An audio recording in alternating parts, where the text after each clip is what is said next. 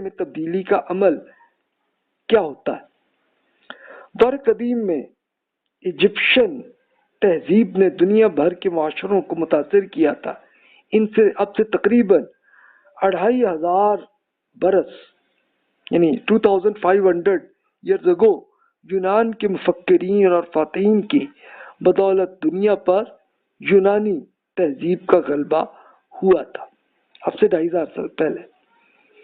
تو اس کے بعد سلطنت رومن امپائر نے بڑی حد تک یونانی افکار کی بنیاد پر اپنے معاشرتی نظام کو اسٹیبلش کیا۔ انہوں نے 1400 برس کے بعد پھر مسلمانوں نے دنیا کی متمدن حصے پر غلبہ پا لیا تو عرب اور عجم ہر علاقوں میں اسلامی تہذیب نے جنم لیا اور 1200 سال تک دنیا کی غالب تہذیب رہی ہے۔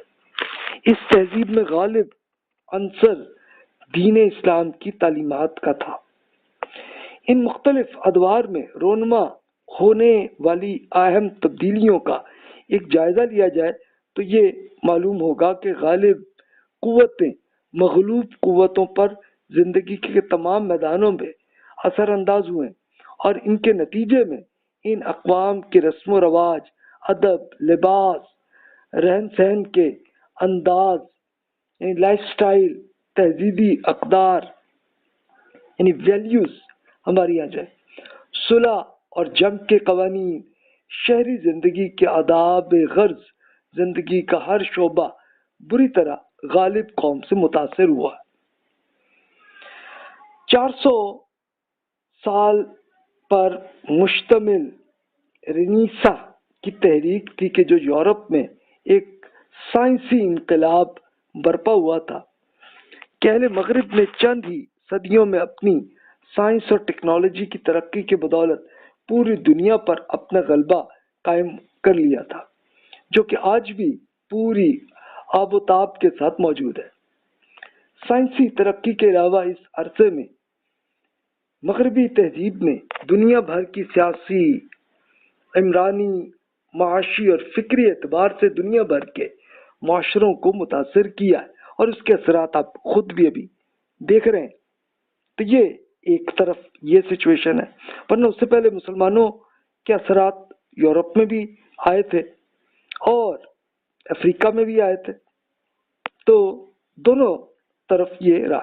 اب ظاہر ہے کہ جس کا غالب قوم جو آتی تو اس کے اثرات زیادہ آتے ہیں، اور جو مغلوب قوم ہوتی ہے اس کے بھی اثرات آ رہے ہوتے ہیں غالب پہ۔ مثلا آپ ہسٹری میں آپ جانتے ہیں کہ جیسے مغل امپائر جب بنی اور انہوں نے مسلمانوں کی ہزاروں لوگوں کو قتل عام ان کا جب کیا تھا، تو لیکن ہوا کیا کہ جب پھر دین کی دعوت مسلمانوں نے ان تک پہنچائی تو بہت سارے مغل جو ہیں وہ اسلام میں آ گئے۔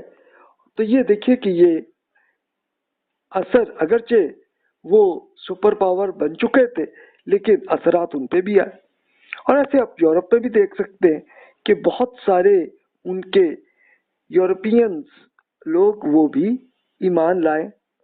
تو یہ ہوتے ہیں، یہ تبدیلی ایک وسیع تصور ہوتا ہے۔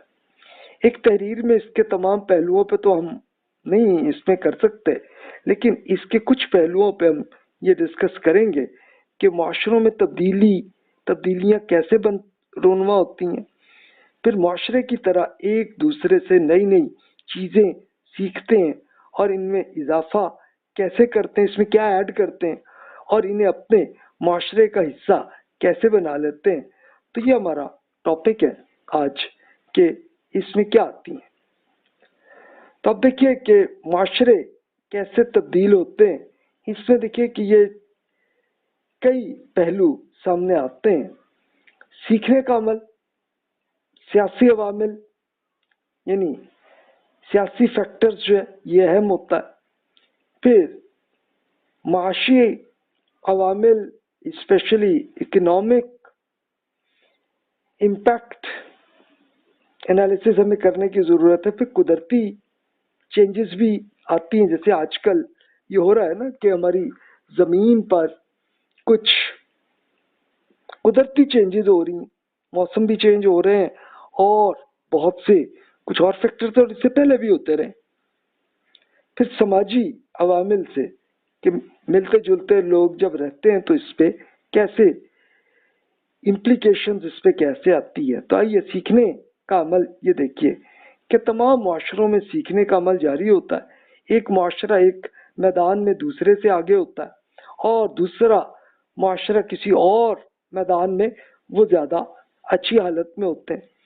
तो इन मुआशरों के अहले इल्म व दानिश तकाबली मुताले के ज़रिए बेहतर से बेहतर की तलाश में अपना सफ़र जारी करते हैं और इसके नतीजे में दूसरे मुआशरों से सीख कर अपने मुआशरे की तरक्की में किरदार अदा करते हैं। इसकी एक दिलचस्प मिसाल है कि अहले मगरिब के माहिरीन मुशरिकी मशरकियात यानी जिसको हम मुस्तशरिकीन या ओरिएंटलिस्ट स्कॉलर्स हैं, तो इस तबके के स्कॉलर्स मशरकी अक़वाम के उलूम में माहिर होते हैं और एक मशरिक से मुख्तलिफ शोबों में सीख कर अपने मुआशरों को बेहतर बनाने का अमल जारी करते हैं।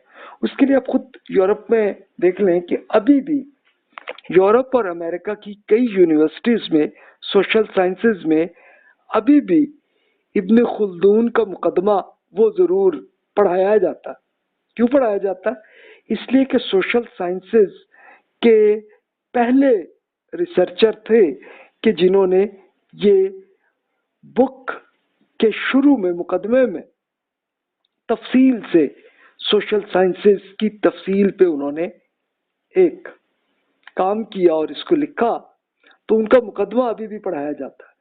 फिर उसके साथ उन्होंने इम्प्लीमेंट भी किया, वो जाहिर है कि अपनी हिस्ट्री के हिसाब से उन्होंने वो किया उन्होंने।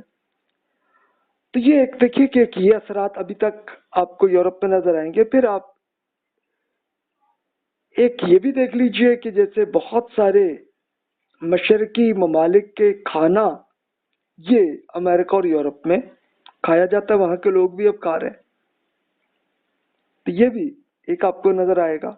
इस तरह और बहुत से पहलू आपको आएंगे। मसलन साइकोलॉजी के एतबार से आप देखिए तो इसके लिए गजाली साहब ने नफ्सियात पर जो बुक्स लिखी हैं वो भी पढ़ाई जा रही होती हैं उनकी। तो ये दोनों तरफ चलता है, लेकिन वो यूरोप में किए खूबी आपको ये नजर आएगी कि वो सीखते हैं। मुसलमानों के यहाँ पिछली 3 सदियों में सीखने का इतना अमल नहीं रहा, लेकिन अब आके 2000 के बाद दोबारा बेहतर शक्ल में अब आया। उससे पहले था ठीक है, स्कॉलर्स बनते थे, लिखते भी थे बुक्स, लेकिन कम लोग ही उसको पढ़ते थे, तो फर्क ये था।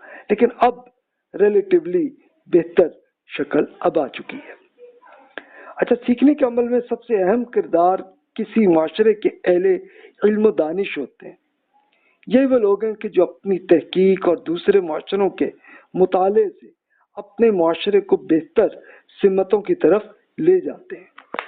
अब ये अहले इल्म और दानिश कौन होते हैं? एक तो स्कॉलर्स होते हैं, फिर मौजूदा ज़माने में आप दानिश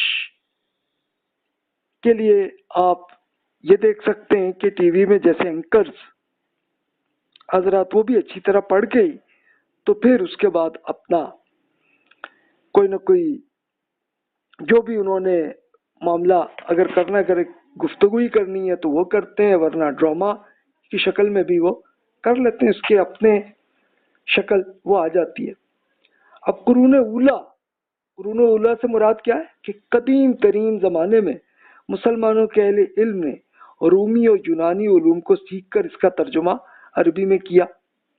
इसके बाद मुस्लिम अहले इल्म दानिश की कई नस्लों ने अपनी इल्म तहकीक की बदौलत इसमें काबिल कदर इजाफे भी किए। इसी इल्मी बरतरी के बायस मुसलमान दुनिया में सुपर पावर की हैसियत से 1200 साल तक रहे। वो क्यों था? ये सिर्फ रोमी और यूनानी उलूम ही नहीं बल्कि इंडियन फिर चाइना के भी बहुत से उलूम को उन्होंने ट्रांसलेट किया अरबी में। और फिर हुआ ये कि मुसलमानों में कि अच्छा अरबी में क्यों अहमियत ये थी कि अब बहुत सारी नस्लें मुसलमानों की, तो वो क्या करते थे कि अरबी जुबान सीखते थे, तो इसीलिए बुक्स ज़्यादातर अरबी में ही आपको नजर आती, लेकिन कुछ और जुबानों में भी लिखी गई।